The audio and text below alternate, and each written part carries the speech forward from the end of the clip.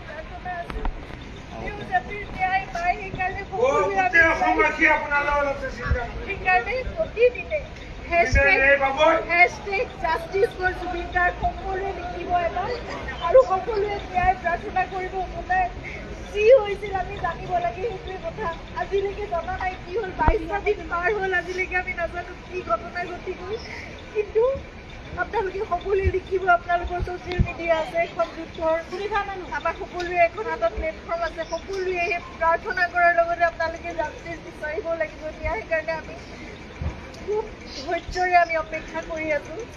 কিন্তু সেই ন্যায় আমি পাব লাগিব সেইকাৰণে সেই যুঁজখনত আমি সদায় ব্ৰতী হৈ থাকিব লাগিব আপোনালোকক প্ৰাৰ্থনা জনাইছোঁ hashtag justice for Zubeen Garg সদায় লিখিব আপোনালোকে সদায় লিখিব সদায় দাবী কৰিব সদায় অনুৰোধ কৰিব সদায় প্ৰাৰ্থনা কৰিব কিন্তু আমি কোনো